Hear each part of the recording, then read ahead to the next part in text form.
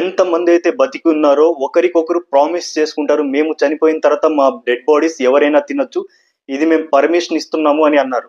Co pilot అంటాడు side లో ఇక్కడే బ్యాగ్ లో గన్ ఉంది, గన్ తీసుకుని దాన్ని కాల్ చేసే అంటాడు. అండ్ ప్లేన్ లో ఉన్న అమ్మాయిలు మొత్తం వాళ్ళ నెయిల్ పాలిష్ వాళ్ళ లిప్స్టిక్ అన్ని పోగు చేసి ప్లేన్ పైన SOS అని రాస్తారు. ఇంకా కొంతమంది అయితే సీట్ కి ఉన్న లెదర్ కవర్ ని కూడా తినడం మొదలు పెడతారు. ఎవరైతే సంకోచించారో మా friends and family dead bodies ని మేము ఎలా తినాలి అని, ఇప్పుడు వాళ్ళు కూడా తినడానికి రెడీ అయిపోయారు. అండ్ చుట్టుపక్కల నలుదిక్కుల టోటల్ గా బ్లాంక్, చిమ్మ చీకటి. అండ్ నలుదిక్కుల స్నోఫాల్, టెంపరేచర్ వచ్చేసి 0 డిగ్రీ సెల్సియస్. ఎవరి బరువు అయితే 80 kgs ఉండేవో ఇప్పుడు ఆ బరువు 30 to 40 kgs కి పడిపోయింది. ఆండస్ ప్లేన్ క్రాష్ చాలా యూనిక్ అండ్ ఇంట్రెస్టింగ్ గా ఉంటుంది. మొత్తం స్టోరీ వీలైనంత షార్ట్ టైమ్ లో నేను మీకు ఎక్స్ప్లెయిన్ చేసే ప్రయత్నం చేస్తాను. So let's begin. South American continent లో ఇది ఉరుగ్వే అండ్ ఇది చిలీ. ఉరుగ్వేలో ఒక ఓల్డ్ క్రిస్టియన్ క్లబ్ ఉంది అండ్ ఆ క్లబ్ కు ఒక రగ్బీ టీం ఉంది అండ్ అది చాలా పాపులర్ టీం. సో ప్రతి సంవత్సరం ఉరుగ్వే నుంచి చిలీలో ఉన్న శాంటియాగో సిటీలో ఉండే రగ్బీ టీమ్స్ తో ఒక ఫ్రెండ్లీ మ్యాచ్ ఆడడానికి వీళ్ళు ఎవ్రీ ఇయర్ అక్టోబర్ వెళ్ళేవాళ్ళు. అండ్ వెళ్ళేటప్పుడు వాళ్ళతో పాటు వాళ్ళ ఫ్రెండ్స్ అండ్ ఫ్యామిలీ మెంబర్స్ ని కూడా తీసుకెళ్లేవారు. ప్రతి ఇయర్ లానే 1972 అక్టోబర్ లో బయలుదేరుతారు వీళ్ళు ఉరుగ్వే నుంచి చిలీ. అక్టోబర్ అంటే 12th అక్టోబర్ 1972. అండ్ ఈ చిలీ అర్జెంటీనా బార్డర్ లోనే ఈ ఆండెస్ మౌంటైన్ రేంజెస్ పడతాయి. అక్కడే కథ మలుపు తిరిగింది. చిన్న ప్లేన్ అది. టోటల్ 45 ప్యాసింజర్స్ ఉన్నారు. అందులో 19 rugby team players, 21 family members and 5 crew members. ఇద్దరు పైలట్స్ ఉన్నారు. ఒకరేమో ఫుల్లీ ఎక్స్పీరియన్స్డ్ పైలట్ అండ్ ఇంకొకరేమో junior pilot with low experience. Andes mountains లో ప్లాంచెన్ పాస్ అనే ఒక ఏరియా ఉంటుంది. అది పైలట్స్ కి చాలా డిఫికల్ట్, ఎందుకంటే అక్కడ వెదర్ చాలా తొందరగా మారిపోతుంది. అండ్ అలాగే అక్కడ వెళ్ళగానే మ్యాగ్నెటిక్ కంపాస్ ఏదైతే ఫ్లైట్ లో ఉంటుందో అది కూడా రాంగ్ డైరెక్షన్స్ చూపించే ఛాన్సెస్ చాలా పెరిగిపోతాయి. అండ్ మౌంటైన్స్ కూడా చాలా హైట్ ఉండేవి. ఎంత హైట్ అంటే 22,800 feet హైట్ లో ఉండే మౌంటైన్స్ కూడా అక్కడ చాలా ఎక్కువే ఉన్నాయి. కానీ ఆ ప్లేన్ మాక్సిమం హైట్ కెపాసిటీ ఏమో 22,500 feet మాత్రమే. ఈ ప్లేస్ లో నావిగేషన్ ప్రాబ్లమ్స్ ఉండేవి. అండ్ సీనియర్ పైలట్ కి ఈ ఏరియా గురించి చాలా బాగా తెలుసు, కానీ జూనియర్ పైలట్ కి ఏరియా గురించి అసలు బాగా తెలీదు. అండ్ ఆ జూనియర్ పైలట్ కి నేర్పించడానికి తను కూడా ఎక్స్పీరియన్స్ రావాలి అని తనతో పాటు తీసుకొచ్చాడు ఈ సీనియర్ పైలట్. పూర్తి flight control senior pilot junior pilot కి ఇచ్చేసాడు, ఎందుకంటే తను కూడా ఇలాంటి ఏరియాలో ఫ్లైట్ నడపడం నేర్చుకోవాలి అని పూర్తి కంట్రోల్ జూనియర్ కి ఇచ్చేసాడు సీనియర్ పైలట్. ప్రయాణం మొదలైన కొంత సమయానికే వెదర్ కండిషన్ సరిగ్గా లేదు అని అర్జెంటీనాలోని మెండోజా అనే ఏరియాలో వీళ్ళు ప్లేన్ ల్యాండ్ చేస్తారు. అండ్ అలాగే వెయిట్ చేస్తారు వెదర్ క్లియరెన్స్ కోసం. మెండోజా ఏరియా చిలీకి చాలా దగ్గరగానే ఉంది, అంటే అప్రాక్సిమేట్లీ 180 kilometers డిస్టెన్స్ లో ఉంది. అలాగే వెయిట్ చేస్తూ వాళ్ళు ఆ రాత్రి అక్కడే గడిపేస్తారు. అండ్ అదే నైట్ వీళ్ళు షాపింగ్ కి వెళ్తారు. అక్కడ లైక్ ఎగ్జాంపుల్ ఏం కొంటారంటే వైన్ బాటిల్స్ ఇలాంటివి కొంటారు. కానీ వీళ్ళకి తెలియదు ఆ వైన్ బాటిల్ ఉన్న ప్రతి ఒక్క చుక్క వీళ్ళ ప్రాణాలని కాపాడుతుంది నెక్స్ట్ ఫ్యూచర్ లో అని. నెక్స్ట్ డే అంటే 13th అక్టోబర్ 1972 వెదర్ బెటర్ అవ్వగానే మధ్యాహ్నం 2:18 కి వీళ్ళు టేక్ ఆఫ్ అవుతారు. అండ్ కేవలం కొంత సమయంలోనే అంటే 3:21 కి ఆఫ్టర్నూన్ ప్లేన్ ప్లాంచెన్ ప్లాస్ కి చేరుకుంటుంది. ఇక్కడ వరకు ఏం ప్రాబ్లం లేదు. ఇక్కడ చేరాక జూనియర్ పైలట్ రేడియో ద్వారా శాంటియాగో చిలీకి సంబంధించిన ఎయిర్ ట్రాఫిక్ కంట్రోల్ కి కనెక్ట్ అవుతాడు అండ్ ఇన్ఫార్మ్ చేస్తాడు మేము ప్లాంచెన్ పాస్ కి చేరుకున్నామని. అండ్ అంటాడు 3:22కి చిలీ చేరిపోతాము అని. ఇప్పటి వరకు ఏం ప్రాబ్లం లేదు. కానీ జస్ట్ 3 minutes తర్వాత అంటే 3:24 PM కి మళ్ళీ చిలీలో ఉన్న ATC రేడియో కనెక్ట్ చేసి అంటాడు చిలీలో ఉన్న క్యూరికో ప్రాంతానికి మేము చేరుకున్నాము, ఇక్కడి నుంచి నార్త్ సైడ్ కి తిరిగి కొంత టైంలోనే మేము శాంటియాగో చేరుకుంటాము అండ్ మాకు ల్యాండింగ్ పర్మిషన్ ఇవ్వండి అని అంటాడు తను. ఈ మాట వినగానే ATC అతను చాలా షాక్ అవుతాడు, ఎందుకంటే ప్లాంచెన్ పాస్ నుంచి క్యూరికో చేరుకోవడానికి 11 minutes పడుతుంది. బట్ ఈ పైలట్ ఏమంటాడు అంటే 3 minutes లోనే మేము చేరుకున్నాము అంటాడు. కానీ ఈ సీరియస్ సిచ్యువేషన్ ని ATC అతను ఇగ్నోర్ చేస్తాడు అండ్ ఆర్డర్ చేస్తాడు ఫ్లైట్ ని 10,000 feet హైట్ కి కిందికి దించేసాయి అండ్ అలాగే ల్యాండింగ్ పర్మిషన్ కూడా ఇచ్చేస్తాడు. 3:30 PM కి లాస్ట్ కాన్వర్జేషన్ జరిగింది ఈ ఏరోప్లేన్ తో.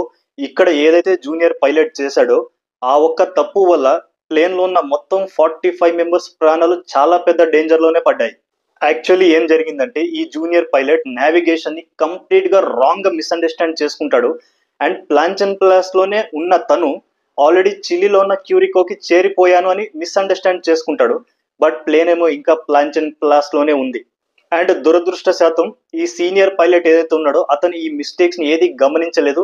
ఇది చాలా పెద్ద డిజాస్టర్ కి దారి తీసింది. అండ్ పైలట్ ప్లేన్ ని డౌన్ చేయడం మొదలు పెడతాడు. ఎలాంటి ప్రాంతాల్లో అంటే ఆల్రెడీ అక్కడ మౌంటైన్స్ చాలా హైట్ లో ఉన్నాయి. అండ్ పైలట్ కి తెలుసు తను ఇంకా యాండెస్ మౌంటైన్స్ రేంజ్ లోనే ఉన్నాడు అని. ప్లేన్ హైట్ తక్కువ అవుతున్నప్పుడు ప్లేన్ వెళ్ళి ఎయిర్ పాకెట్ ని హిట్ చేస్తుంది. ఎయిర్ పాకెట్ ని హిట్ చేయడం అంటే ఒక లో ఎయిర్ ప్రెషర్ ఏరియాలోకి ప్లేన్ వెళ్ళినప్పుడు ఒక షేక్ టర్బులెన్స్ అవుతుంది ప్లేన్. అలా అయినప్పుడు లోపలంతా గందరగోళం అవుద్ది, చాలా షేక్ అవుద్ది ప్లేన్. ఆ జోల్ట్ కి ఆ షేక్ కి దెబ్బకి ప్లేన్ లో ఉన్న ప్యాసింజర్స్ అందరూ భయపడతారు అండ్ వెంటనే సీట్ బెల్ట్స్ పెట్టుకోవడం మొదలు పెడతారు. సో కో పైలట్ ప్లేన్ ని మళ్ళీ పైకి లేపడానికి ట్రై చేస్తారు. కానీ ఇప్పుడు మళ్ళీ ఇంకొక తూరి షేక్ అవుతుంది ప్లేన్ అండ్ ఆ దెబ్బతో ప్లేన్ తన కంట్రోల్లో లేకుండా ప్లేన్ డౌన్ అవ్వడం మొదలు పెడుతుంది. ఎలాంటి చోటు డౌన్ అవుతుంది అంటే చుట్టుపక్క ఆల్రెడీ మౌంటైన్స్ ఆ ప్లేన్ హైట్ కంటే చాలా పొడవు ఉన్నాయి.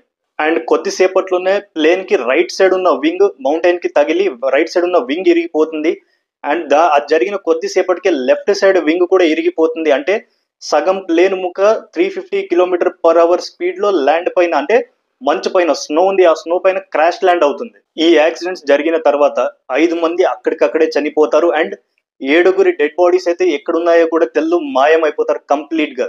టోటల్ 45 ప్యాసింజర్స్ ఉన్న ఈ ట్రైన్ లో ఈ యాక్సిడెంట్ తర్వాత కేవలం 33 మెంబర్స్ మాత్రమే మిగులుతారు. ప్లేన్ లో ఉన్న ప్రతి ఒక్కరూ గాయపడ్డారు అండ్ కొంతమంది స్పృహ కోల్పోయారు అండ్ కొందరేమో ఏడుస్తున్నారు నొప్పి తట్టుకోలేక ఇంజురీస్ కారణంగా. ఇంకా కొంతమంది ఏమో సీట్ లో ఉన్న రాడ్ వాళ్ళ కడుపులో గుచ్చుకుంది అండ్ నలుదిక్కులు అందరూ అరుస్తున్నారు, ఏడుస్తున్నారు. ఒక సైడ్ ప్లేన్ నుంచి చల్లగాలి వేస్తుందని ఆ ఏదైతే ఓపెన్ స్పేస్ అయిందో యాక్సిడెంట్ కారణంగా ఆ ఓపెన్ స్పేస్ ని ఫిల్ చేయడానికి ఉన్న బ్యాగ్స్ అన్ని అడ్డు పెడతారు. అండ్ ఈ యాక్సిడెంట్ కారణంగా ఎక్కడైతే లగేజ్ స్టోర్ చేస్తారో ప్లేన్ లో ఆ భాగం విరిగి పడిపోయింది. వీళ్ళేమో టీ షర్ట్స్ వేసుకొని ఉన్నారు, వింటర్ క్లోత్స్ వేసుకోలేదు, ఎందుకంటే వీళ్ళకి తెలియదు కదా యాక్సిడెంట్ అవుతుంది అని. అండ్ దురదృష్టశాతం ఈ ప్లేన్ లో ఏ ఒక్కరు కూడా డాక్టర్స్ లేరు. కానీ ఇద్దరు మాత్రం మెడికల్ స్టూడెంట్స్ ఉన్నారు. ఆ స్టూడెంట్స్ ఏదైతే హెల్ప్ చేయగలరో ఆ హెల్ప్ మొత్తం చేశారు. 3:34 PM కి ప్లేన్ క్రాష్ అయింది అండ్ క్రాష్ అయిన హాఫ్ అన్ అవర్ తర్వాతే చీకటి అవ్వడం మొదలైంది అండ్ నలుదిక్కులో స్నోఫాల్ ఇంక్రీజ్ అయింది. టెంపరేచర్స్ పడిపోతున్నాయి. చీకటి అవడం వల్ల వీళ్ళకి ఏమీ కనపడట్లేదు అండ్ గాలి వేగం కూడా చాలా ఎక్కువే పెరిగిపోయింది. వీళ్ళందరూ షూర్ గా ఉన్నారు, ఎందుకంటే ప్లేన్ క్రాష్ అయింది కాబట్టి ఈ న్యూస్ స్ప్రెడ్ అయి ఉంటుంది. సో ఈ రాత్రి ఒకటి ఎలాగోలాగా ఇక్కడ గడిపేస్తే ఈ బాధలన్నీ ఓర్చుకుంటే రేపు పొద్దున రెస్క్యూ టీం వచ్చి అందరినీ రెస్క్యూ చేస్తారనే నమ్మకంతో ఉన్నారు. కాబట్టి వీళ్ళు ఏ మాత్రం ఎగ్జిట్ ప్లాన్ చేసుకోలేదు. ఒక ప్యాసింజర్ అంటాడు, కాక్పిట్ లో రేడియో ఉంటుంది కదా, ఆ రేడియో ద్వారా మనం ఏదో ఒక రేడియో స్టేషన్ ని కాంటాక్ట్ అయితే మనం ఉన్న లొకేషన్ రెస్క్యూ టీమ్ కి ఇంకా ఈజీగా తెలిసిపోతుంది, త్వరగా వచ్చి రెస్క్యూ చేస్తారు కదా అని. కానీ ఆ కాక్పిట్ చేరుకోవడం కూడా చాలా కష్టం, ఎందుకంటే యాక్సిడెంట్ కారణంగా సీట్లు అన్ని చిందరవందరై ఐరన్ రాడ్స్ ఇలా అన్ని అడ్డం ఉన్నాయి. కాక్పిట్ చేరుకోవడం అంత ఈజీ కాదు, చాలా కష్టం. కానీ ఎలాగో అలాగా ఒక ప్యాసింజర్ మాత్రం కాక్పిట్ ని చేరుకుంటాడు రేడియో కోసం. అక్కడికి వెళ్ళగానే అక్కడ అతనికి ఒక మనిషి అరుపులు వినిపిస్తూ ఉంటాయి. తీరా వెళ్ళి చూస్తే అక్కడున్న ఒక కో పైలట్ కడుపులోకి ఐరన్ రాడ్ దిగి ఉంటుంది. యాక్సిడెంట్ కారణంగా ప్లేన్ ముందు భాగం కూడా బాగా డ్యామేజ్ అయింది అండ్ అక్కడికక్కడే సీనియర్ పైలట్ అయిన అతను చనిపోయాడు. జూనియర్ పైలట్ కడుపులో ఈ రాడ్ దిగింది అండ్ తను నొప్పితో అరుస్తూ ఉంటాడు. ఆ ప్యాసింజర్ ఆ జూనియర్ పైలట్ ని ఆ సీట్ నుంచి బయటికి లాగడానికి ట్రై చేస్తాడు, కానీ ఏమాత్రం వాళ్ళకి సక్సెస్ దొరకదు. అండ్ ఆ పైలట్ ఏదైతే ఉన్నాడో అతను ఇంకా నొప్పితో అరవడం మొదలు పెట్టాడు. అండ్ ఆ పైలట్ అంటాడు, ఇక్కడే పక్కన బ్యాగ్ లో ఒక గన్ ఉంది, తీసుకొని నన్ను కాల్చి చంపేసి నేను ఈ నొప్పిని తట్టుకోలేకపోతున్నాను అని అంటాడు. కానీ ఆ ప్యాసింజర్ ఆ పని చేయడు అండ్ తిరిగి మిగతా ప్యాసింజర్స్ దగ్గరికి వెళ్ళి ఈ విషయం చెప్తాడు, ఇలా పైలట్ కి ఇలా దెబ్బ తగిలిందని. కానీ దాంతో పాటు ఇంకొక అబద్ధం కూడా చెప్తాడు, నాకు అక్కడ రేడియో దొరికింది, రేడియో ద్వారా నేను సిగ్నల్ పంపించేశాను, సో మనకి రెస్క్యూ టీం వస్తుంది వీలైనంత త్వరలో. తాను ఎందుకు ఈ అబద్ధం చెప్పాడు అంటే అక్కడ ఉన్న వాళ్ళు చాలా మొరాల్ డౌన్ అయిపోయింది, చాలా సాడ్ గా ఉన్నారు, కనీసం వాళ్ళు కొంచెమైనా హ్యాపీగా ఫీల్ అవుతారు, ఒక హోప్ అనేది ఉంటుందని తను ఆ పాజిటివ్ ఎనర్జీని నింపడానికి అబద్ధం చెప్తాడు. రాత్రి అయింది, నలువైపులా స్నో పడుతుంది, బ్యాగ్ లో ఉన్న 5 వైన్ బాటిల్స్ బయటికి తీసి షేర్ చేసుకుంటారు వాళ్ళందరూ. నెక్స్ట్ డే అంటే 14th October 1972 మార్నింగ్ కొంచెం స్నో తగ్గుతుంది అండ్ తెలిసిన విషయం ఏంటంటే రాత్రి ఈ సివియర్ ఇంజురీస్ కారణంగా 5 మంది చనిపోతారు అండ్ అందులో కో పైలట్ ఆ జూనియర్ పైలట్ ఏదైతే ఉన్నాడో అతను కూడా అదే రాత్రి చనిపోతాడు. ఇప్పుడు ప్లేన్ లో టోటల్ గా మిగిలింది కేవలం 28 ప్యాసింజర్స్ మాత్రమే. ఆ 5 డెడ్ బాడీస్ ని తీసి ప్లేన్ నుంచి బయట పెడతాడు అండ్ ఆ రోజు కూడా టోటల్ గా గడుస్తుంది. చూస్తే ఏ రెస్క్యూ టీం రాదు. సో వీళ్ళు ఒక ప్లాన్ చేసుకుంటారు, మనం ఇక్కడ ఇలాగే అన్ప్లాన్డ్ గా ఉంటే కనుక కుదరదు, ఒక ప్లాంట్ సిస్టమ్ లో ఉండాలి, లేదంటే చాలా పెద్ద ప్రాబ్లం అవుతుంది మనకి అని వీళ్ళు ఒక డిస్కషన్ చేసుకుంటారు. సో డిస్కషన్ చేసుకొని వీళ్ళు ఒక కన్క్లూజన్కి వస్తారు. ప్లేన్ లో ఉన్న ఫుడ్ ఎవరి ఫుడ్ వాళ్ళు తినడానికి వీల్లేదు, మొత్తం ఫుడ్ ఒక చోట పోగు చేసి అందరూ షేర్ చేసుకోవాలని. అండ్ ఆ ప్లేన్ లో ఉన్న ఫుడ్ ఏంటంటే 3 బాటిల్స్ వైన్ అండ్ ఒక విస్కీ బ్రాండీ బాటిల్ ఉన్నాయి. అండ్ దాంతో పాటు సాలిడ్ ఫుడ్ రూపంలో కొన్ని 8 చాక్లెట్స్ ఉన్నాయి, నగెట్స్ ఉన్నాయి, డేట్స్ ఉన్నాయి, ఈ డైట్ ప్లమ్స్ ఇలాంటివి కొన్ని ఎడిబుల్ ఐటమ్స్ ఉన్నాయి. సో వీళ్ళంతా కలిసి ఒక అతనికి ఫుడ్ రెస్పాన్సిబిలిటీ ఇస్తారు. అంటే అతని డ్యూటీ ఏమంటే అందరికీ ఫుడ్ ఈక్వల్ గా పంచడం. అండ్ అందరి ముఖంలో కన్ఫ్యూజన్ ఉంది, ఎప్పుడు రెస్క్యూ టీమ్ వస్తుందో తెలియదు, ఆల్రెడీ ఒక రోజు గడిచిపోయింది, అందరూ చాలా నర్వస్ గా ఉన్నారు. లంచ్ కి చిన్న chocolate piece and deodorant cap లో కొంచెం వైన్ వేసుకొని ఆ కొంచెం మాత్రమే వాళ్ళు లంచ్ కి సరిపెట్టుకుంటారు. నీళ్ల కోసం బయటికి వెళ్లి ఐస్ తీసుకొచ్చి కొంతమంది నోట్లో వేసుకొని మెల్ట్ చేశారు, మరికొందరేమో బాటిల్లో వేసుకొని షేక్ చేసి మెల్ట్ చేసుకొని తాగారు. ఈ ప్రాసెస్ కూడా చాలా ఈజీ కాదు, చాలా కష్టం, చాలా ఎనర్జీ స్పెండ్ అవుతుంది. అండ్ వాళ్ళ ప్లేన్ చుట్టూ ఉన్న ఐస్ కూడా అంత క్లియర్ గా లేదు, ఎందుకంటే క్రాష్ అయిన కారణంగా ప్లేన్ నుంచి లీక్ అయిన ఆయిల్ అండ్ అలాగే బ్లడ్ స్టెయిన్స్ ఇవన్నీ నలుదిక్కులు ఉన్నాయి. సో ఐస్ కావాలన్నా కూడా వాళ్ళు కొంచెం దూరం ట్రావెల్ చేయాలి, ఎనర్జీ చాలా స్పెండ్ చేయాలి. పైగా వింటర్ ఎక్విప్మెంట్ లేదు కాబట్టి నడవడం కూడా చాలా ఇబ్బంది అయిపోయింది. మరోవైపు చిలీ, అర్జెంటీనా, ఉరుగ్వేలో ఈ మిస్సింగ్ ప్లేన్ గురించి న్యూస్ స్ప్రెడ్ అవుతుంది. అండ్ అలాగే సర్చ్ ఆపరేషన్ కూడా లాస్ట్ కాంటాక్ట్ లొకేషన్ కి వచ్చి ముమ్మరంగా గాలించడం మొదలు పెడతారు. అండ్ ఈ భాగంగానే ఈ సర్చ్ ఆపరేషన్ భాగంలోనే ఒక ప్లేన్ వీళ్ళ మీదగా వెళ్తుంది చాలా హైట్ లో. వీళ్ళందరూ బయటకు వచ్చి చాలా గట్టిగా అరుస్తారు, చేతుల్లో ఉన్న ఐటమ్స్ తో ఊపుతారు.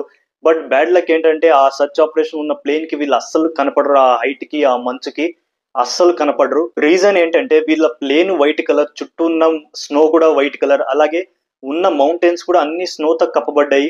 సో వీళ్ళని ట్రేస్ చేయడం చాలా చాలా కష్టం అయిపోయింది. సో వీళ్ళందరూ డిసైడ్ చేసుకుంటారు ఎలాగైనా మనం ప్లేన్ పైన SOS అని రాయాలి, అప్పుడైతే ఏ సర్చ్ ఆపరేషన్ మన మీదగా వెళ్ళినా వాళ్ళు మనం చూసి రెస్క్యూ చేస్తారు అని. సో ఇందులో భాగంగానే ప్లేన్ లో ఉన్న ఆడవాళ్ళందరూ వాళ్ళ లిప్స్టిక్, వాళ్ళ నెయిల్ పెయింట్ అంతా పోగు చేసి ట్రైన్ పైన SOS అని రాయడానికి ట్రై చేస్తారు. కానీ బ్యాడ్ లక్ ఏంటి అంటే వాళ్ళతో ఉన్న నెయిల్ పెయింట్, నెయిల్ పాలిష్ కావచ్చు, లిప్స్టిక్ కావచ్చు, వీటి అన్నిటి పోగు చేసి వాళ్ళు రాయడానికి ట్రై చేసినప్పుడు కేవలం సగం ఎస్ మాత్రమే వాళ్ళు రాయగలుగుతారు. ఆ లోపే ఉన్న లిప్స్టిక్లు, నెయిల్ పెయింట్ ఇవన్నీ అయిపోతాయి. సర్చ్ ఆపరేషన్ అయితే చేస్తూ ఉన్నారు, కానీ ఎవరికి నమ్మకం లేదు, ఎందుకంటే క్లైమేట్ ఏమో బాగాలేదు, ప్లేన్ దొరికినా కూడా ఒకవేళ ప్యాసింజర్స్ బతికి ఉంటారనే నమ్మకం లేదు సర్చ్ ఆపరేషన్ చేసే వాళ్ళకి. బట్ ఇంటర్నేషనల్ రూల్స్ ప్రకారం ఏ కంట్రీలో అయితే ప్లేన్ మాయమవుతుందో ఆ కంట్రీ ఖచ్చితంగా 10 days అయినా at least minimum search operation carry చేయాలి. ఇటువైపు ఏమో వీళ్ళు వెయిట్ చేస్తున్నారు, మెల్లిగా ఒక రోజు గడిచింది, అలాగే రోజులు గడవడం మొదలు పెట్టాయి. ప్లేన్ చుట్టూ ఏమో ఐస్ ఉంది, వీళ్ళకి వెళ్ళడానికి కుదరట్లేదు, ఒకవేళ వాష్రూమ్ కూడా ప్లేన్ లో లేదు. అండ్ ఆ కారణంగా ప్లేన్ బయట వీళ్ళు వాష్రూమ్ వెళ్ళేవాళ్ళు దగ్గరలోనే. అండ్ ఆ స్మెల్ కూడా ప్లేన్ లోకి రావడంతో చాలా ఇబ్బందులు పడుతున్నారు. వీళ్ళ కనుచూపు మేర జంతువు కానీ ఒక చెట్టు కానీ ఏది కనపడట్లేదు, కేవలం తెల్లటి మంచు తప్ప వీళ్ళకి ఏది కనపడట్లేదు. ఇలా గడుస్తూ 21 October 1972 ముగుస్తుంది. ఫుడ్ ఏమో ఆల్మోస్ట్ అయిపోవడానికి వచ్చేసింది, అందరూ వీక్ అయిపోతున్నారు, సరిగ్గా నడవలేకపోతున్నారు, జస్ట్ వెయిట్ చేస్తున్నారు హెల్ప్ కోసం. అండ్ ఇలాంటి టైంలోనే వీక్నెస్ కారణంగా ఒక రగ్బీ ప్లేయర్ వాళ్ళ చెల్లెలు వీక్నెస్ కారణంగా చనిపోతుంది. ఇప్పుడు కేవలం 27 మెంబర్స్ మాత్రమే మిగిలారు. ఆకలి తట్టుకోలేక కొంతమంది అయితే సీటుకున్న లెదర్ కవర్ ని తినడం మొదలు పెట్టారు. అండ్ దాని కారణంగా అనారోగ్య పాలయ్యారు. ఇంకా రేడియో ఏమో డెడ్ అయిపోయిందని తెలుసుకుంటారు. అండ్ ఆ మొత్తం ప్యాసింజర్స్ లో ఒక అతనేమో టెక్నికల్ పర్సన్ ఉంటారు, అతను ఆ రేడియోలో బ్యాటరీ వేసి సెట్ చేయడానికి చాలా ట్రై చేస్తూ ఉంటాడు. అండ్ కొద్ది రోజుల ప్రయత్నం తర్వాత తను ఆ రేడియోని సెట్ చేయగలుగుతాడు. కానీ ప్రాబ్లం ఏంటి అంటే వీళ్ళ వైపు నుంచి సిగ్నల్స్ వెళ్ళేవి కాదు, కేవలం చిలీలో ఉన్న కొన్ని రేడియో స్టేషన్స్ ద్వారా న్యూస్ మాత్రమే వీళ్ళు వినగలిగారు. ఒక రోజు ఆ రేడియో ద్వారా వీళ్ళు ఒక ఇంపార్టెంట్ న్యూస్ వింటారు. ఏంటి అంటే ఈ రగ్బీ టీం వస్తున్న ఈ ప్లేన్ క్రాష్ ని వెతకడానికి ఏదైతే సర్చ్ ఆపరేషన్ నిర్మించారో ఆ సర్చ్ ఆపరేషన్ స్టాప్ చేశారు అనే బ్యాడ్ న్యూస్ వీళ్ళు వింటారు. ముందు చాలా బాధపడతారు, కానీ తర్వాత అట్లీస్ట్ హ్యాపీగా ఫీల్ అవుతారు. ఎందుకు అంటే సరే మన కోసం ఎవరు రారు అన్న ఒక క్లారిటీ అయినా వచ్చింది, ఇక్కడి నుంచి మనం బతికి బయట వెళ్ళాలి అంటే ఖచ్చితంగా మనకి మనమే ఏదో ఒక ప్లాన్ చేసుకొని ఇక్కడి నుంచి వెళ్ళాలి అని ఫిక్స్ అవుతారు. అందులో ఇద్దరు ప్లేన్ నుండి బయటికి వెళ్ళి కొన్ని కిలోమీటర్స్ దూరం నడిచి వెళ్ళి చూస్తారు ఏమన్నా ఉందా దారి అని. కానీ ఆ కొన్ని కిలోమీటర్లు నడిచిన తర్వాత కూడా వాళ్ళకి కనిపించింది నలుదిక్కుల కేవలం తెల్లటి మంచు తప్ప వాళ్ళకి ఏమీ కనపడలేదు. అండ్ అందుకే వాళ్ళు అదే ప్రయత్నంలో మెల్లిగా చీకటి పడడం మొదలైంది. అండ్ సో వాళ్ళు వెనక్కి మళ్ళీ ప్లేన్ దగ్గరికి వచ్చేస్తారు. ఫుడ్ ఏమో చాలా తక్కువగా ఉంది, వీక్నెస్ ఏమో ఒకవైపు పెరిగిపోతుంది. అట్లీస్ట్ చుట్టుపక్కన ఒక చిన్న పురుగు కూడా లేదు కనీసం పట్టుకొని తిందామంటే. మెడికల్ స్టూడెంట్ అంటాడు, ఇలా అయితే కుదరదు, తినడానికి మనం ఏదో ఒక ఏర్పాటు చేసుకోవాలి. అండ్ నెక్స్ట్ లైన్ తను ఏదైతే అంటాడో అది విని అందరూ షాక్ అవుతారు.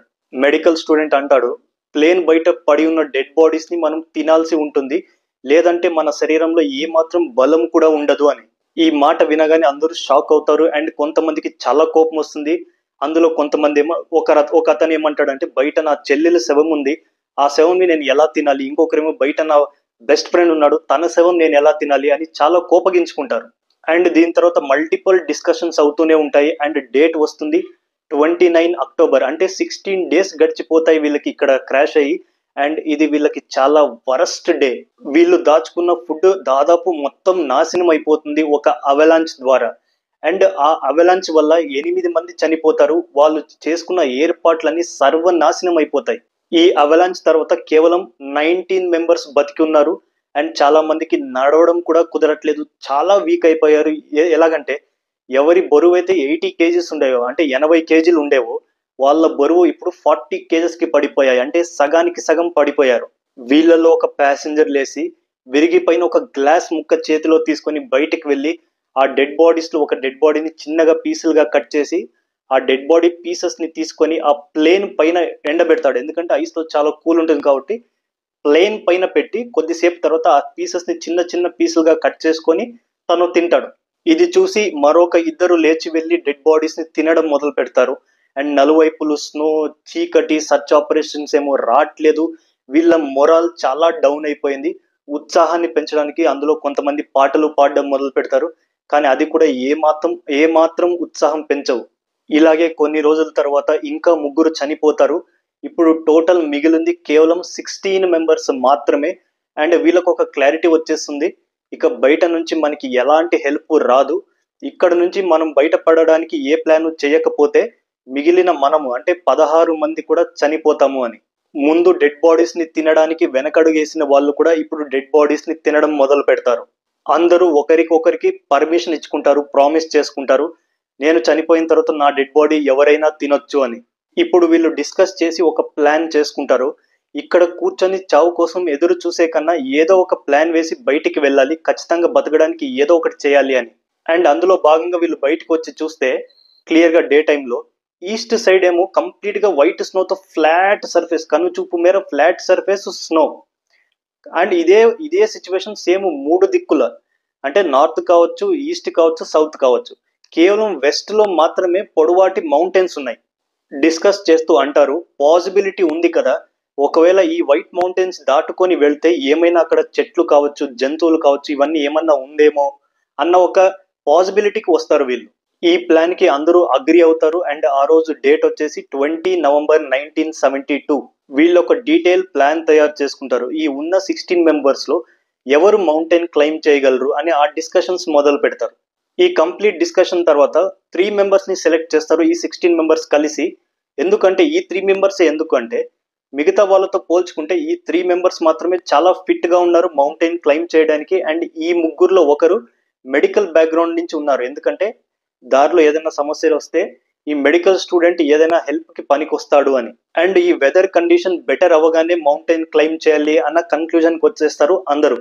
మిడ్ డిసెంబర్ లో వెళ్ళాలి అని ఫిక్స్ అవుతారు, ఎందుకంటే అప్పుడైతే కొంచెం వెదర్ బెటర్ గా ఉంటుంది అని. ఈ లోపు వీళ్ళందరూ ఎక్సర్సైజెస్ చేయడం మొదలు పెడతారు. వీళ్ళ ముగ్గురు మెడికల్ ఇన్స్ట్రుమెంట్స్ గురించి ట్రైనింగ్ తీసుకుంటారు. ఆక్సిజన్ తక్కువైనప్పుడు ఎలాంటి ఫస్ట్ ఎయిడ్, ఎలాంటి ప్రిమిటివ్ స్టెప్స్ తీసుకోవాలి అని ఇవన్నిటి గురించి వీళ్ళు డిస్కస్ చేసుకుని ఒక నీట్ గా ఒక బ్లూ ప్రింట్ తయారు చేసుకుంటారు. ఒక మార్కింగ్ సిస్టమ్ కూడా డెవలప్ చేసుకుంటారు, ఎందుకంటే మౌంటైన్ క్లైమ్ చేసేటప్పుడు వాళ్ళ దగ్గర ఉన్న కొన్ని మార్క్స్ అలా వదులుకుంటూ వెళ్తే ఎప్పుడైనా సరే రిటర్న్ రావాలి అంటే ఆ మార్క్స్ ని గుర్తుగా పెట్టుకొని సేఫ్ గా ప్లేన్ వరకు రావచ్చు అని. అలాగే కొన్ని రిఫ్లెక్టివ్ మెటీరియల్స్ పెట్టుకున్నారు, ఏదైనా లైట్ పడితే రిఫ్లెక్ట్ అయ్యే విధంగా, ఏదైనా మీద నుంచి ప్లైన్ వెళ్ళినా ఏదైనా సిగ్నల్ ఇవ్వడానికి.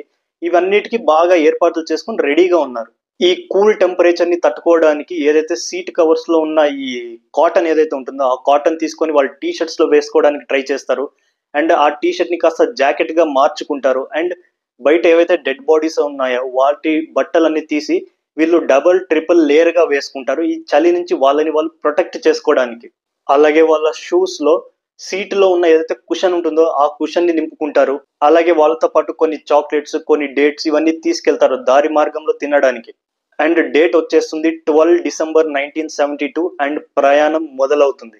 అర్లీ మార్నింగ్ వెస్ట్ డైరెక్షన్ లో ప్రయాణం మొదలు పెడతారు. మౌంటైన్ క్లైంబింగ్ ఇలాంటి కూల్ కండిషన్స్ లో చాలా ఈజీ కాదు. అది కాకుండా హై ఆల్టిట్యూడ్ అంటే ఆక్సిజన్ అందడం కూడా చాలా కష్టం అవుతుంది. బట్ ప్రయాణం కొనసాగిస్తూ ఉన్నారు వీళ్ళు. మధ్యలో వెదర్ బాలేని కారణంగా కొంతసేపు షెల్టర్ తీసుకుంటారు. అండ్ ఇలాగా నడుస్తూ నడుస్తూ ఇలాగే 3 days కంటిన్యూస్ గా నడుస్తూ ఉంటారు. అండ్ ఆ తర్వాత వీళ్ళు రియలైజ్ అవుతారు తెచ్చుకున్న ఫుడ్ ముగ్గురికి సరిపోదు అని. సో అందువల్ల ముగ్గురులో ఒకరిని వెనక్కి ప్లేన్ దగ్గరికి పంపించేస్తారు సరిపోదు అని. అండ్ అతను ప్లేన్ వైపు వెళ్ళిపోతాడు అండ్ మిగిలిన ఇద్దరు జర్నీ కొనసాగిస్తారు. మెల్లిగా వెళ్తూ ఉండగా 18th డిసెంబర్ 1972 వస్తుంది. అండ్ వీళ్ళ ఇద్దరు మీదుగా ఒక ప్లేన్ వెళ్తుంది. వీళ్ళ చేతిలో ఉన్న మెటీరియల్స్ వీళ్ళు చూపిస్తారు, సిగ్నల్ ఇవ్వడానికి ట్రై చేస్తారు, గట్టిగా అరుస్తారు, కానీ నో యూస్. 19th డిసెంబర్ కూడా ఇలాగే గడిచిపోతుంది అండ్ 20 డిసెంబర్ వస్తుంది. అండ్ ఈ రోజే వీళ్ళు ఆ మౌంటైన్ టాప్ కి చేరుకోవాలి. అండ్ ఇప్పటికే వీళ్ళు దాదాపు 60 కిలోమీటర్స్ జర్నీ కంప్లీట్ చేశారు. అండ్ ఈ 60 కిలోమీటర్స్ వాళ్ళు కవర్ చేయడానికి వాళ్ళకి 8 days పట్టాయి, అంటే 8 రోజులు. మౌంటైన్ టాప్ కి రీచ్ అయ్యే కొద్ది క్షణాల ముందు వీళ్ళు చాలా నర్వస్ గా ఫీల్ అవుతారు, చాలా టెన్షన్ పడతారు. ఎందుకంటే వీళ్ళ భయం ఏంటంటే ఒకవేళ మౌంటైన్ పైకి చేరుకున్నా కూడా చుట్టూరా నలువైపులు వైట్ మౌంటైన్స్, వైట్ స్నో కనిపిస్తే ఇక్కడి నుంచి బతికి బయట వెళ్ళడం కూడా అసాధ్యమని ఆ టెన్షన్ పడుతూ దేవుడికి దండం పెట్టుకుంటూ మెల్లిగా వీళ్ళు మౌంటైన్ టాప్ కి చేరుకుంటారు. సో ఫైనల్లీ మౌంటైన్ టాప్ కి చేరుకున్నారు. వీళ్ళ అదృష్ట శాతం పైకి వెళ్ళి చూడగానే ఒక సైడ్ లో మాత్రం స్నో మౌంటైన్ కాకుండా ఒక గ్రీనరీ ఉన్న ప్లేస్ ని చూస్తారు. అండ్ అక్కడ ఒక నది ప్రవహిస్తుంది, అంటే ఒక రివర్ కూడా కనిపించింది. దాదాపు 70 రోజుల తర్వాత ఫస్ట్ టైం వీళ్ళు ఒక చెట్టుని చూస్తారు, అంటే ట్రీస్ ని చూస్తారు. చాలా అంటే చాలా హ్యాపీగా ఫీల్ అవుతారు, గట్టిగా సంతోషంలో అరుస్తారు. వీళ్ళ ఆశ ఏది అంటే కనీసం ఆ ట్రీస్ వరకు అయినా చేరుకుంటే ఆ ట్రీస్ నుంచి ఏదైనా ఫ్రూట్స్ అన్న ఉండొచ్చు, అక్కడ ఏదైనా చిన్న పురుగో జంతువో ఏదన్నా ఉండొచ్చు, తినడానికి ఏదో ఒకటి దొరుకుతుంది అని ఆ ఉద్దేశంతో మెల్లిగా ఆ రివర్ ని ఫాలో అవుతూ వెళ్ళడం మొదలు పెట్టారు. ఇప్పుడు వాళ్ళ దగ్గర స్నో అయితే లేదు చుట్టూ, కానీ అయినా కూడా ఆ పాత్ కూడా నడవడం చాలా కష్టంగా మారిపోయింది. నడుస్తూ నడుస్తూ ఇలాగే ఒక రాత్రి గడిచిపోతుంది. వీళ్ళు రివర్ పక్కన రెస్ట్ తీసుకుంటారు. అండ్ నెక్స్ట్ డే మార్నింగ్ చూస్తే రివర్ కి ఆపోజిట్ లో వీళ్ళకి కొన్ని ఆవులు కనిపిస్తాయి, ఒక మ్యాగీ ప్యాకెట్ కనిపిస్తుంది, ఒక కొంచెం వరకు కాలిపోయిన కట్టెలు కనిపిస్తాయి. ఫుల్ హ్యాపీగా ఫీల్ అవుతారు. వీళ్ళకి అర్థమవుతుంది ఖచ్చితంగా ఇక్కడ మనుషులు వచ్చి పోతూ ఉంటారు. అండ్ అక్కడ రివర్ కూడా చాలా ఫాస్ట్ గా వాటర్ ఫ్లో ఉండడం, దానివల్ల ఆ రివర్ ని క్రాస్ చేయడం కూడా చాలా కష్టం. అక్కడే కూర్చొని వెయిట్ చేస్తారు. అంతలోనే ఒక మనిషి గుర్రం పైన కూర్చొని రివర్ కి ఆపోజిట్ గా వస్తూ ఉంటాడు.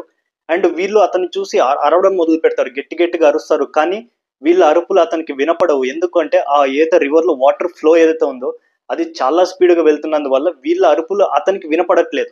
లాస్ట్ కి ఆ గుర్రం మీద ఉన్న వ్యక్తి ఏదో చెప్తూ ఉంటాడు, వీళ్ళకి వినపడదు. కానీ చివరిగా ఆ గుర్రం మీద ఉన్న వ్యక్తి చెప్పిన మాటల్లో వీళ్ళకి చివరిగా వినపడిన మాట ఏంటంటే టుమారో, అంటే రేపు అని. ఆ మాట చెప్పి ఆ గుర్రం మీద ఉన్న అతను వెళ్ళిపోతాడు. వీళ్ళిద్దరూ డిస్కస్ చేసుకుంటారు, బహుశా అతను రేపు మళ్ళీ తిరిగి వస్తాడేమో, సో మనం వెయిట్ చేద్దామని. ఒకరికి నిద్ర వస్తే ఇంకొకరు మెలుకొని ఉండడం, అండ్ ఇంకొకరు మెలకువలో ఉన్నప్పుడు ఇంకొకరు నిద్రపోవడం, ఇలా ఒకరు పనుకున్న ఇంకొకరు మెలుకొని ఉండి ఇలా వెయిట్ చేస్తూ ఉంటారు. అండ్ నెక్స్ట్ డే ఆ మనిషి మళ్ళీ వస్తాడు అండ్ తనతో పాటు ఒక పెన్ను పేపర్ తీసుకొని వస్తాడు. అండ్ ఆ పేపర్ లో అతను రాసి ఒక రాయిలో చుట్టి వీళ్ళ వైపు విసురుతాడు. వీళ్ళు ఓపెన్ చేసి చూస్తే అందులో వాట్ డూ యూ వాంట్, మీకేం కావాలి అని రాసి ఉంటుంది. వీళ్ళు కూడా అందులో రిప్లై రాసి అదే రాయికి వీళ్ళు పేపర్ చుట్టి మళ్ళీ ఆ గుర్రంపై కూర్చున్న వ్యక్తి వైపు విసిరేస్తారు. అతను ఆ పేపర్ ఓపెన్ చేసి చూస్తే అందులో ఏం రాస్తుందంటే I come from a plane that fell in mountains, I'm Uruguayan. మొత్తం మెసేజ్ రాసి ఆ రాయిలో చుట్టి విసిరేస్తాడు వాళ్ళ వైపు. అండ్ ఈ మెసేజ్ చదవగానే అతనికి మొత్తం సినారియో అర్థమవుతుంది. ఓకే నేను హెల్ప్ తీసుకొని వస్తాను అని తను వెళ్ళిపోతాడు. అండ్ వెళ్ళి లోకల్ అథారిటీస్ ని అలర్ట్ చేస్తారు, అలాగే సహాయాన్ని తీసుకొస్తాడు. వీళ్ళిద్దరిని ఇక్కడి నుంచి రెస్క్యూ చేసి తీసుకెళ్తారు హాస్పిటల్ కి. అండ్ హాస్పిటల్లో ఇతను మొత్తం స్టోరీ చెప్తాడు, ఎలాగైతే మిగతా 14 మెంబర్స్ అక్కడ ప్లేన్ లో వెయిట్ చేస్తున్నారు అని. అండ్ ఇటువైపు ఏమో ప్లేన్ లో ఆ 14 మంది చాలా ఆశగా ఆ రేడియో దగ్గరే కూర్చొని ఎదురు చూస్తున్నారు, ఏదన్నా ఒక గుడ్ న్యూస్ వస్తుందో ఏమో అని. దాదాపు 9 రోజులు గడిచిపోయాయి వీళ్ళ ఇద్దరి ప్రయాణం. ఆ 9 రోజుల నుంచి ఆ రేడియో దగ్గరే కూర్చున్నారు మిగతా 14 మెంబర్స్, ఎవరు కదలలేదు. జస్ట్ ఒక ఆశ, ఏదో ఒక గుడ్ న్యూస్ వింటాము అని. 22 డిసెంబర్ 1972 రేడియోలో ఒక న్యూస్ వింటారు ఈ 14 మంది. అందులో రేడియోలో న్యూస్ ఏమొస్తుంది అంటే, ఈ యాండెస్ ప్లేన్ క్రాష్ లో ఒక ఇద్దరు సర్వైవర్స్, అంటే ఇద్దరు బతికున్న వ్యక్తులు దొరికారు. అండ్ ఇంకా 14 మంది యాండెస్ మౌంటైన్స్ లోనే బతికే ఉన్నారు అని న్యూస్ వింటారు. ఈ మాట వినగానే ఆ 14 మంది పిచ్చి పట్టినట్టు సంతోషంతో గట్టిగా అరవడం మొదలు పెడతారు. అండ్ వెరీ నెక్స్ట్ డే ఒక 2 హెలికాప్టర్స్ ని రెడీ చేస్తారు. అండ్ ఆ ఇద్దరు సర్వైవర్స్ ఎవరైతే హాస్పిటల్లో అడ్మిట్ అయ్యారో వాళ్ళ బరువు దాదాపు 30 కేజీలు, జస్ట్ 30 కేజెస్ పడిపోయి ఉంటుంది. అండ్ అథారిటీస్ వాళ్ళని అడుగుతారు, అప్రాక్సిమేట్లీ చెప్పండి ప్లేన్ ఎక్కడ క్రాష్ అయిందో, మేము వెళ్ళి వాళ్ళని రెస్క్యూ చేస్తాము అని. కానీ వీళ్ళ ఇద్దరేమో, లేదు మేము కూడా మీతోనే వస్తాం, మాకు ప్రతి ఒక్క దారి తెలుసు ఎక్కడ ఉందో ప్లేన్, మేము కూడా మీతోనే వచ్చి డైరెక్ట్ గా చూపిస్తాం, ఆ లొకేషన్ ఏంటో మాకు మొత్తం డీటెయిల్ గా తెలుసు అని అంటారు. అండ్ ఆ తర్వాత వీళ్ళిద్దరు కూడా అథారిటీస్ తో పాటు హెలికాప్టర్ లో మళ్ళీ ఆ ప్లేన్ ఉన్న లొకేషన్ కి బయలుదేరతారు. అండ్ ఎట్టటేళ్ళకి ఆ లొకేషన్ ని చేరుకుంటారు. 72 days ఎక్స్ట్రీమ్ కోల్డ్ టెంపరేచర్ ని వీళ్ళు తట్టుకొని బతికారు. అందరినీ అక్కడి నుంచి రెస్క్యూ చేసుకొని వెనక్కి తీసుకొస్తారు. అండ్ మనం గుర్తుపెట్టుకోవాలి, ఈ 72 days వాళ్ళు దాదాపు ఫుడ్ లేకుండా, సరిపోని ఫుడ్ లేకుండా బతికారు వీళ్ళు. అండ్ ఈ స్టోరీ మనకు చెప్తుంది, ఎలాంటి సిచ్యువేషన్ లో అయినా కూడా మనం మన ఆత్మస్థైర్యాన్ని కోల్పోకుండా ఉంటే ఎలాంటి సిచ్యువేషన్ నుంచి అయినా మనం బయటపడొచ్చు అని. ఇది ఒక ఇన్స్పిరేషనల్ స్టోరీ. ఈ స్టోరీ మీకు నచ్చితే లైక్ చేయండి, ఛానల్ సబ్స్క్రైబ్ చేయండి. ఇలాంటి ఇంట్రెస్టింగ్ స్టోరీస్ మరెన్నో వస్తాయి.